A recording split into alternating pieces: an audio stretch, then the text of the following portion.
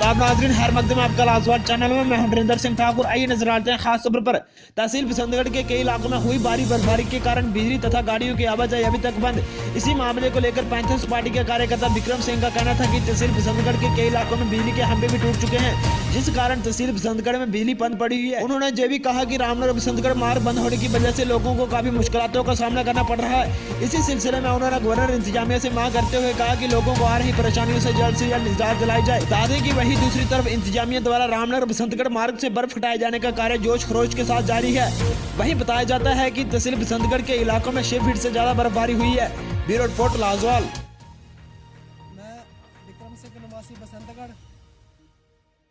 इस बार बर्फ ने 10 सालों का रिकॉर्ड तोड़ा है और बर्फबारी की वजह से बिजली का बुरा हाल है।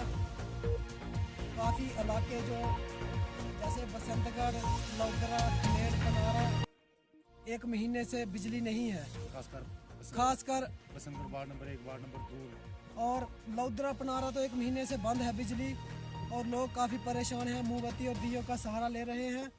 और रोड का तो बहुत बुरा हाल है। अगर कोई बीमार हो जाए तो हमारे हॉस्पिटल में NRHM के जो डॉक्टर लगाए हैं वो भी हड़ताल में बैठे हुए हैं।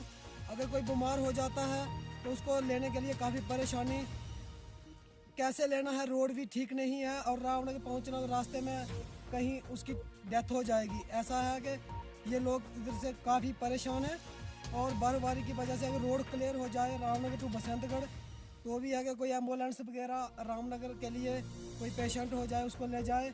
और लौदरा पनारा से इतनी बर्फबारी से अगर कोई बीमार हो जाता है उसको उठा के लाना होगा तो कितना मुश्किल का सामना करना पड़ सकता है। और हमारी जो PHC बसंतगढ़ है इधर तो डॉक्टर कोई भी डॉक्टर नहीं है। जो 2 डॉक्टर इधर लगाए हैं वो भी हड़ताल पे बैठे हुए हैं।